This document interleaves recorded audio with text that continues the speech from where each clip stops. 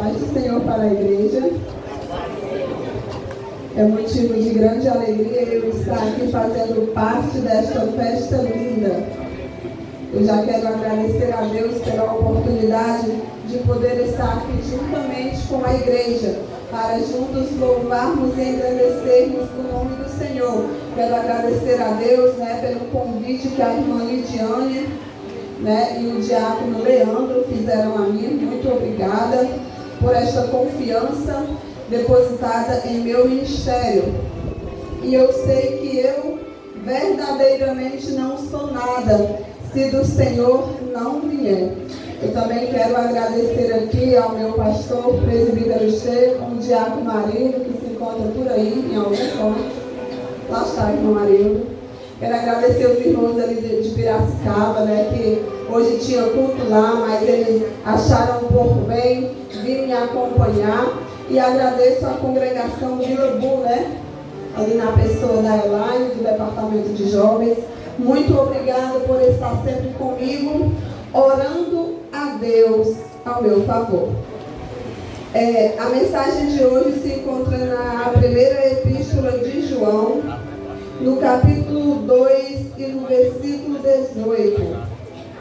Primeira epístola de João, no capítulo 2 e no versículo 18, que diz assim: Filhinhos, é já a última hora. E como ouvistes que vem o anticristo, também agora muitos se têm feito anticristos. Por isso, conhecemos que é já a última hora. Antes de entrarmos na palavra, eu gostaria de fazer uma pergunta à igreja aqui presente hoje. Como você tem gastado ou usado o teu tempo? Pense aí com vocês. Como vocês têm usado o tempo de vocês?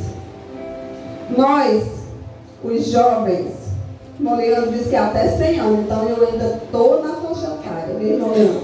Ainda estou na faixa etária, glória a Deus. Só não vou dizer a vocês quantos anos é, porque aí é intimidade demais.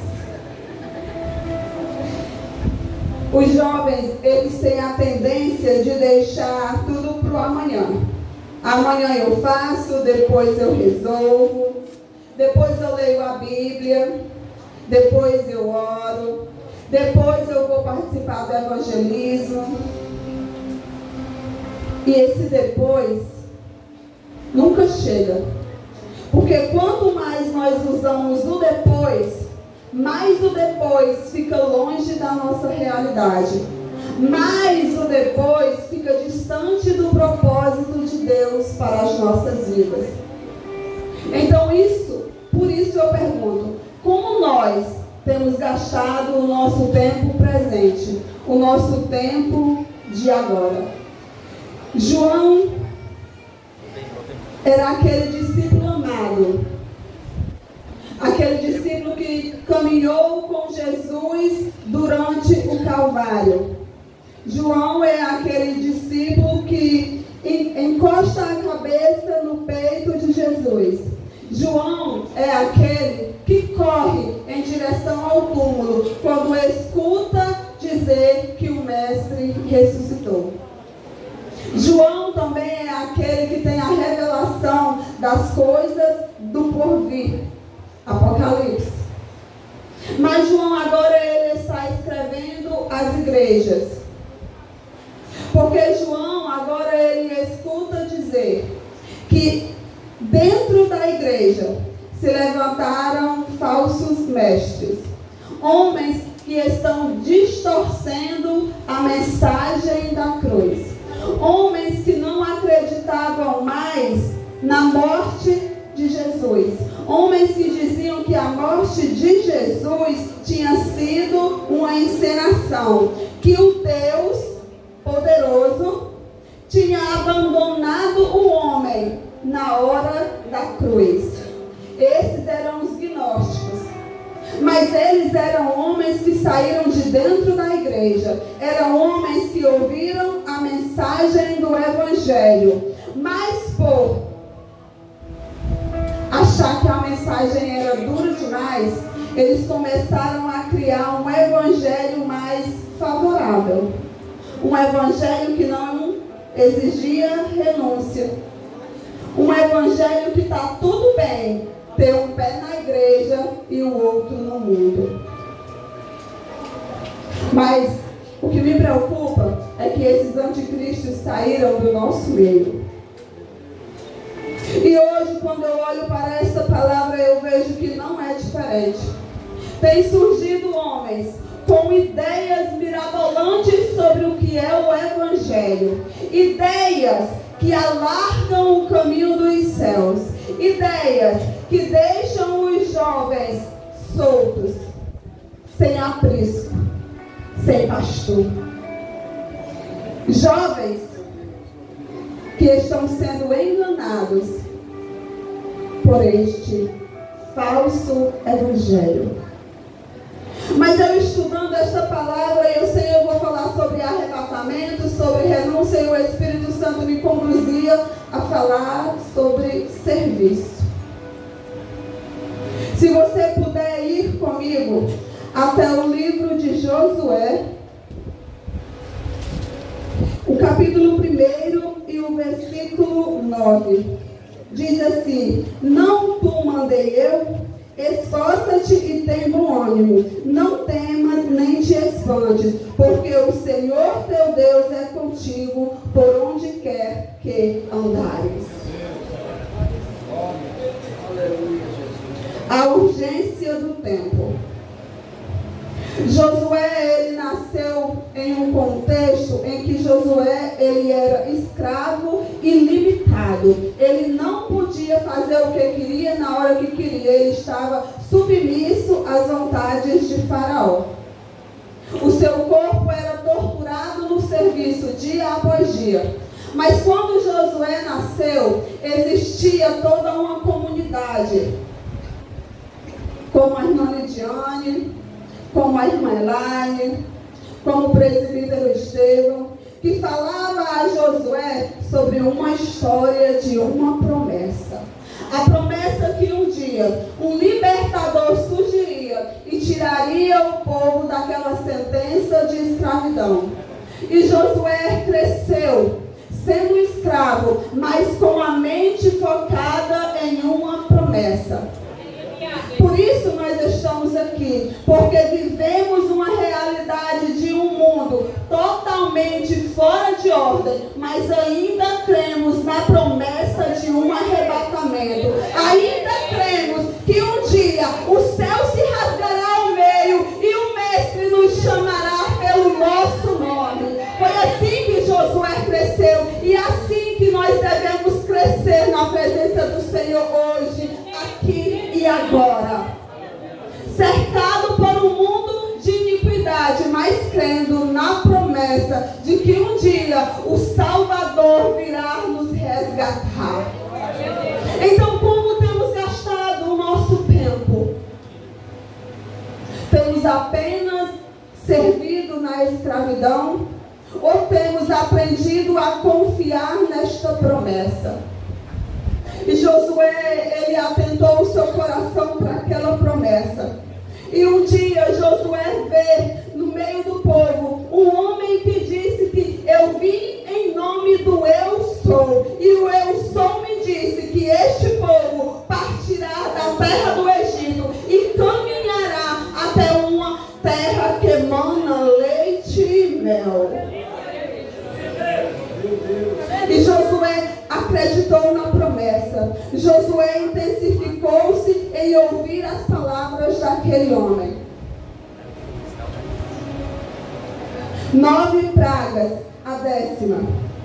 Moisés vira para o povo e diz: esteja preparado, com as sandálias nos pés, os cintos afivelados, estejam preparados, porque a hora vai ser agora, e daqui a pouco nós vamos sair. Então, como temos gastado o nosso tempo? Temos estado preparados para a vinda do Messias? Temos buscado a presença dele? Temos estado intimamente ligados com ele? Ou vivemos apenas de aparência? Ou estamos na igreja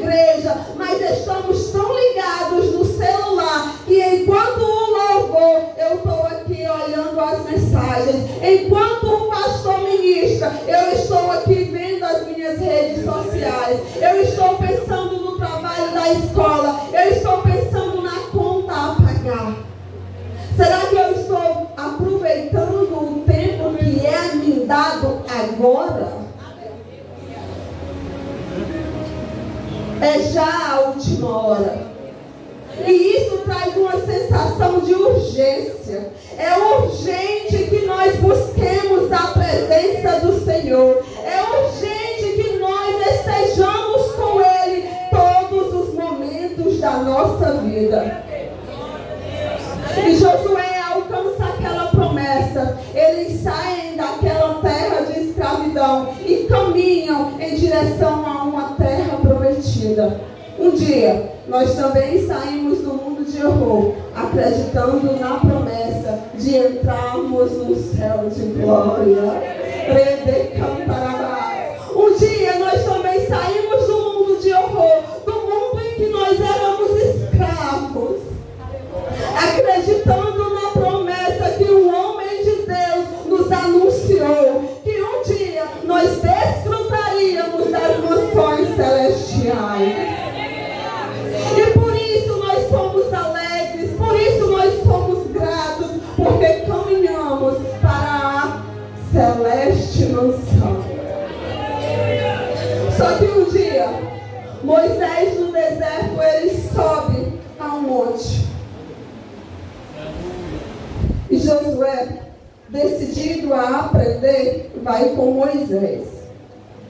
E fica ao pé do monte, enquanto Moisés fala com Deus. Moisés tarda a vir. Josué persiste em esperar. Moisés tarda a vir. Josué continua esperando. Jesus, podem até dizer, está tardando, mas essa igreja continua esperando. Essa igreja continua adorando. Essa igreja continua marchando. Essa igreja continua adorando. Essa igreja continua porque quem prometeu é fiel para cumprir. Permaneçamos fiéis na doutrina que nos foi ensinada, aprendendo com quem o Senhor deu a autoridade para ensinar. O arraial ficou lá, e lá eles ergueram um bezerro de ouro e dançaram e beberam. Mas Josué permaneceu no pé do monte esperando aquele que tinha a palavra. Permaneçamos fiel. Vamos aprender daqueles homens que Deus tem escolhido, homens e mulheres. O nosso pastor pode não estar aqui presente, mas creio eu que está em oração por cada um de nós, porque Deus tem o levantado para nos ensinar, e devemos nós obediência àquele santo homem de Deus, porque ele tem nos ensinado o caminho que nos leva à vida eterna. Existe sobre vocês, jovens, sobre nós, igreja, a responsabilidade de aprendermos. É tempo de atentarmos os nossos ouvidos à voz daqueles que ministram, à voz daqueles que o Senhor tem colocado para ensinar. Porque lá fora, Elaine, existem ensinamentos que distorcem a verdade. Lá fora existem ensinamentos que destroem a vida do jovem. Então estejam atentos à voz daqueles que o Senhor tem constituído liderança sobre esta casa. Josué permaneceu até o dia que Moisés desce do monte e traz consigo as tábuas da lei. Já o arraial, este já tinha se esquecido de tudo que Deus tinha feito antes. Devemos ter responsabilidade com aquilo que nós aprendemos. Responsabilidade sobre aquilo que nos é ensinado. Porque lá na escola vai surgir um amiguinho que vai dizer que não precisa de tudo isso, não. Lá na escola vai chegar alguém e vai dizer para este jovem que eles não precisam levar uma vida santa, que não precisam ser separados, que não precisam orar, que não precisam congregar lá na escola, vai aprender que Deus é só uma história, que foi uma explosão do cosmos que criou tudo. Minha filha tem um professor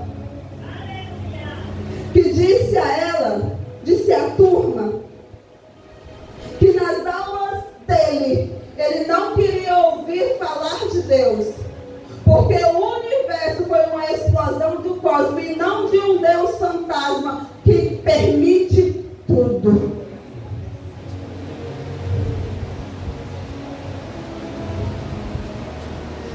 É isso que lá fora ensinam aos seus filhos. E nós, como pais, devemos ter a responsabilidade de ensinar a eles o caminho da verdade. É nossa responsabilidade ensinar, para que eles fortaleçam a fé, para que eles saibam o que é do mundo e o que é santo. É responsabilidade da igreja ensinar. E é responsabilidade de vocês aprender. É compromisso de vocês buscarem todo dia das suas vidas aprender o que é a verdadeira voz de Deus.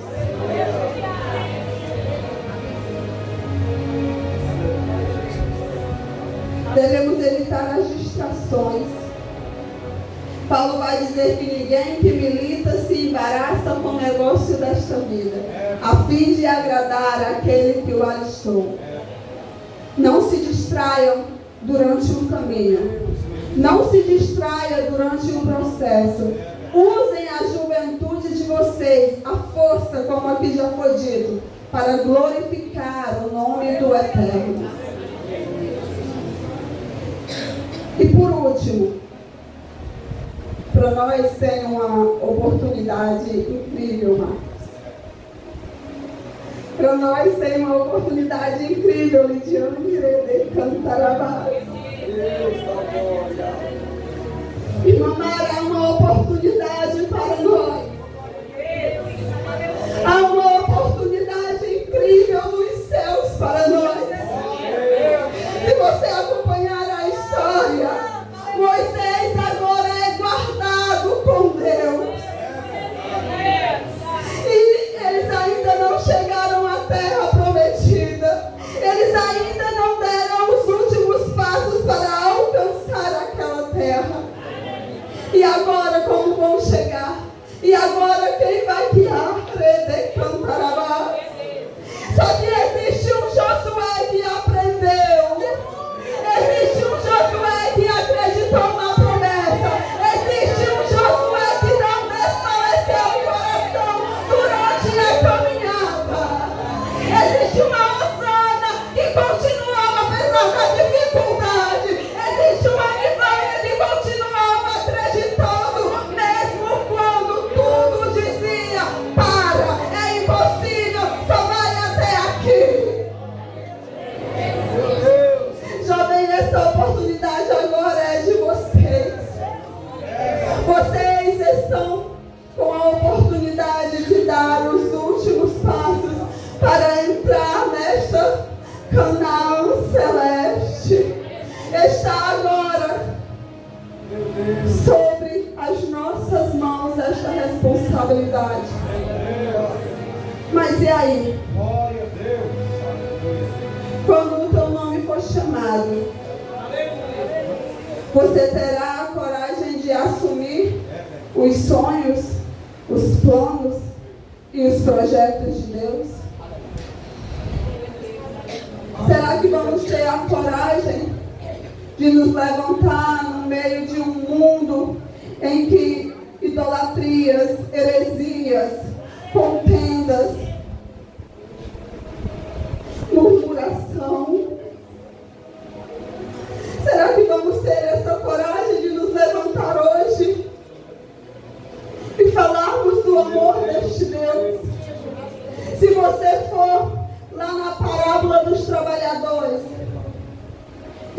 mesmo fala. Ele vai dizer que um pai de família saiu a procurar trabalhadores, né? Assim, irmão Marcos, Mateus, deixa eu ver, é Mateus. Me perdoe, eu estou nervosa, sumiu aqui a referência, mas é no livro de Mateus que vai ter sobre a parábola dos trabalhadores. E aquele pai de família procurou trabalhadores na madrugada, os patriarcas e os profetas. A hora sexta, meio-dia. Se você procurar lá em João 4:6, Jesus e a mulher samaritana. A hora nona, 3 horas da tarde, Atos dos Apóstolos. Quando Pedro vai visitar a Cornélio e o Espírito Santo desce sobre todos que estavam na casa. Só que agora, no calendário de Deus, no relógio de Deus, chegou a hora 1/10, aproximadamente 5 horas da tarde. Esta é a nossa hora. Este é o tempo da nossa oportunidade. É agora que precisamos nós nos levantar. É agora que precisamos nós fazer os últimos reparos para finalmente podermos entrar lá na celestial mansão que foi preparada para esta igreja. Nós somos a igreja do arrebatamento. Nós somos a igreja da última hora. Nós somos aqueles que irão entrar pelas portas. E pergunto eu mais uma vez, como tem gastado você o seu tempo? Meu Deus. Estamos acreditando nesta promessa? Estamos trabalhando para entrarmos por estas portas? Ou estamos nos distraindo? 5 minutos e eu encerro. Eu vou lhes contar uma história.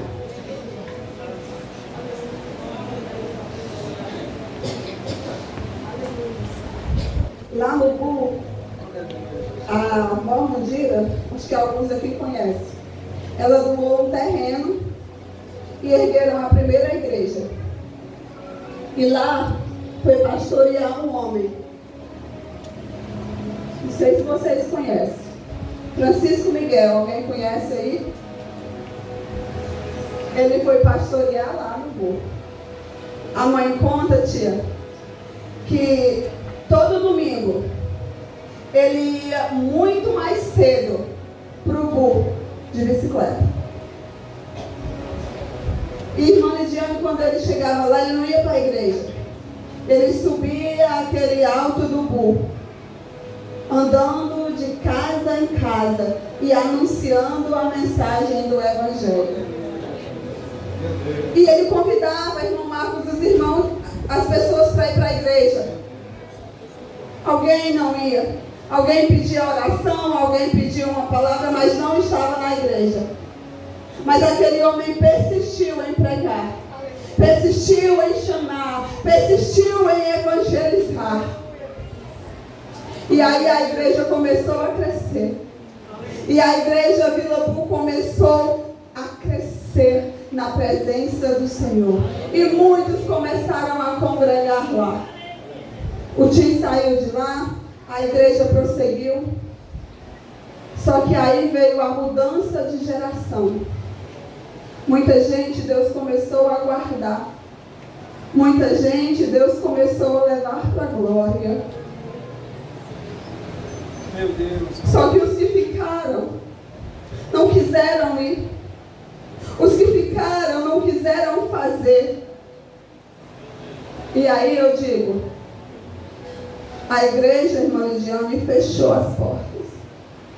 Não tinha pastor, não tinha membros, não tinham congregados. O templo existia, as paredes estavam lá, mas não tinha este povo para fazer a obra.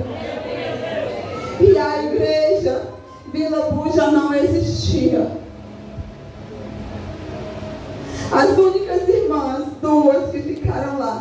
tiveram que congregar nos tanques, porque não tinha mais um lugar para adorar aquele que nós estamos adorando aqui. Mas aí Deus começou a incomodar os homens na terra. Deus começou a dizer: vai lá porque vale a pena, vai lá porque lá é terra minha, vai lá porque tem um propósito eu com aquele povo. E surgiu alguém e disse: aquele campo lá não tem jeito, aquele campo lá não merece nosso cuidado e atenção. Mas o pastor, ele ouviu o chamado do Senhor e a ordem que foi dada do céu.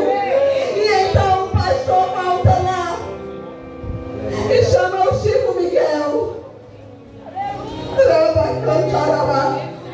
Chama o Moisés da Vila Burro. O Chico Miguel foi lá de novo, carregado em idade, mas em experiência e em temor. E ele começou a fazer de novo. Só que desta vez, Chico Miguel, o Moisés, levou o Josué para seguir os seus passos. Desta vez o Moisés tinha um Josué de Cantarabá. E o Chico Miguel começou a ensinar aquele Josué: vai mais cedo e sobe o alto. Hoje tem culto, hoje Deus tem palavra, hoje Deus tem cura, hoje Deus tem salvação, hoje Deus tem promessa, hoje Deus tem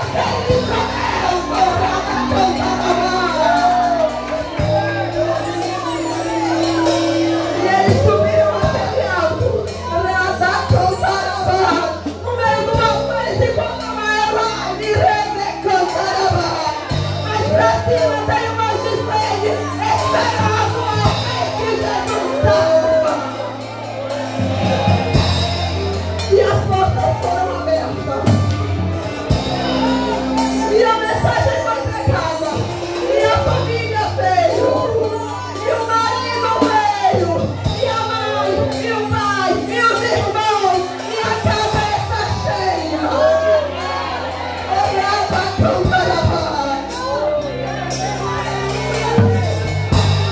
Mas Deus, em sua infinita graça, guarda o Francisco Miguel. Mas desta vez, o Josué de Deus ainda está lá. Indo mais cedo, falando de Jesus. E o Josué que teve coragem de dizer: agora é a minha vez. Meu Deus. Agora é a minha vez. Agora é a minha vez.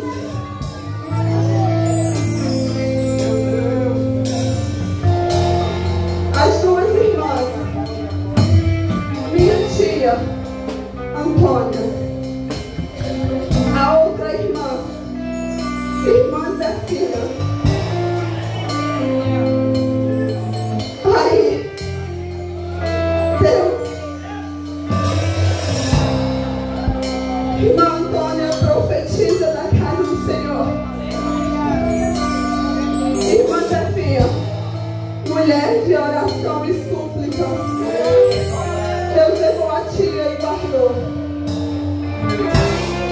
Mas antes disso disse que ficaria alguém lá. A irmã Zefina começou a adoecer e não pôde mais entrar à igreja. Não enxergava e não andava.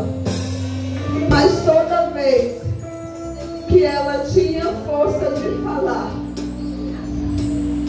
o que ela fazia era orar pela família. Este ano, coube ao Senhor recolher a irmã Zefina. E aí eu disse a Elaine, agora é nossa vez. Porque a oração precisa continuar. O louvor na casa precisa continuar. Jovens, agora vocês precisam continuar o que aqui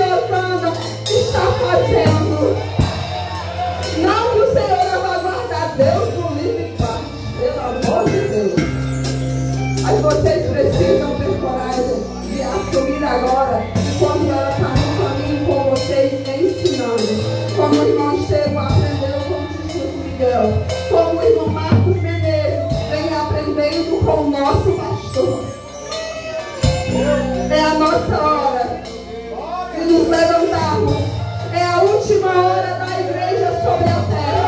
E é a hora dessa juventude colocar a mão no arado. É a hora dessa juventude seguir falando da mensagem da cruz. É a hora dessa juventude ser cheia do Espírito Santo de Deus. É a hora dessa juventude proclamar as suas provas lá na sua